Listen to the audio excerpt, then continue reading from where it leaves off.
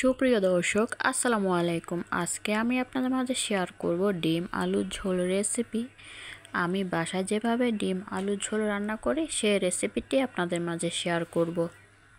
চলুন তাহলে রেসিপিটি শুরু করা যাক। প্রথমে চুলায় একটা কড়াই বসিয়েছি। কড়াইয়ের মধ্যে পর্যাপ্ত পরিমাণ তেল দিয়ে দিচ্ছি। তেলটা যখন গরম হয়ে যাবে এর মধ্যে আগে থেকে সেদ্ধ করে রাখা ডিম দিয়ে দিচ্ছি হাফ চা চামচ লবণ, হাফ চা চামচ হলুদের গুঁড়া। এগুলো দিয়ে ভালোভাবে মিশিয়ে নিতে হবে। ডিমগুলো যখন হালকা ব্রাউন কালার হয়ে আসবে উঠিয়ে নিতে হবে। ডিমগুলো আমি উঠিয়ে নিয়েছি। ওই তেলের মধ্যেই কিন্তু আমি আগে থেকে সেদ্ধ করে রেখেছিলাম আলুটা আমি একটু ছোট ছোট করে হাত দিয়ে ভেঙে নিয়েছি। আপনারা চাইলে আপনাদের পছন্দ অনুযায়ী কেটে নিতে পারেন, কোনো অসুবিধা নেই। তো আলুটাকে একটু ফ্রাই করে নিচ্ছি। আলুর মধ্যে কোনো রকম নুন হলুদ দেওয়ার প্রয়োজন নেই। যে তেলের মধ্যে ডিমগুলো ফ্রাই করেছিলাম ওর মধ্যে কিন্তু পরিমাণ মতো লবণ হলুদ দেওয়া আছে। এবার আরেকটা কড়াই বসিয়েছি পরিমাণ মতো পেঁয়াজ কুচি দিয়ে। এবার পেঁয়াজটাকে হালকা নরম করে নিতে হবে। এর মধ্যে আদা রসুন পেঁয়াজ বাটা দিয়ে দিয়েছি। এবার ভালো করে কষিয়ে নিতে হবে মশলাটাকে, না হলে কিন্তু পেঁয়াজের কাঁচা স্মেলটা থেকে যাবে, তাহলে কিন্তু খেতে ভালো লাগবে না। ভালোভাবে কষিয়ে নেওয়ার জন্য হালকা একটু পানি দিয়ে দিয়েছি যাতে মশলাটা পুড়ে না যায়।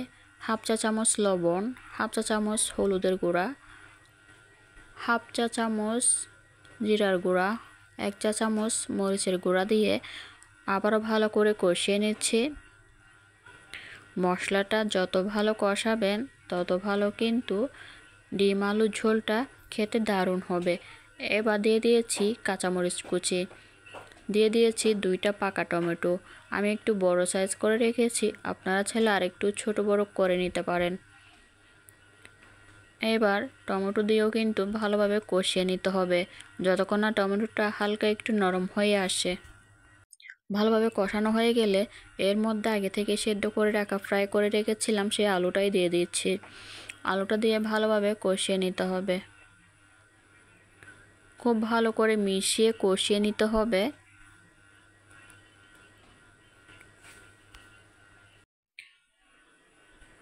তো ভালোভাবে কষিয়ে নেওয়া হয়ে গিয়েছে।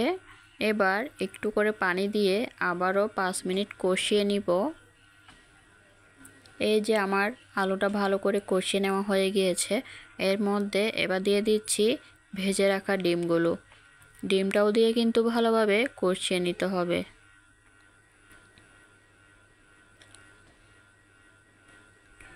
আমি ভালোভাবে উল্টে পাল্টে কষিয়ে নিচ্ছি।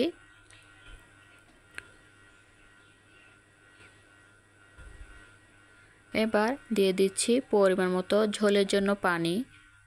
আমি একটু মাখা মাখা করে রান্না করব, তার জন্য আমি একটু ঝোলটা কম করে দিয়েছি। আপনারা চাইলে কিন্তু আপনাদের পছন্দ অনুযায়ী কমিয়ে বাড়িয়ে নিতে পারেন, কোনো অসুবিধা নেই। এবার নেড়ে চেড়ে ভালোভাবে মিশিয়ে নিতে হবে। ঢাকনা দিয়ে ঢেকে রান্না করে নিব 15 মিনিটের মতো।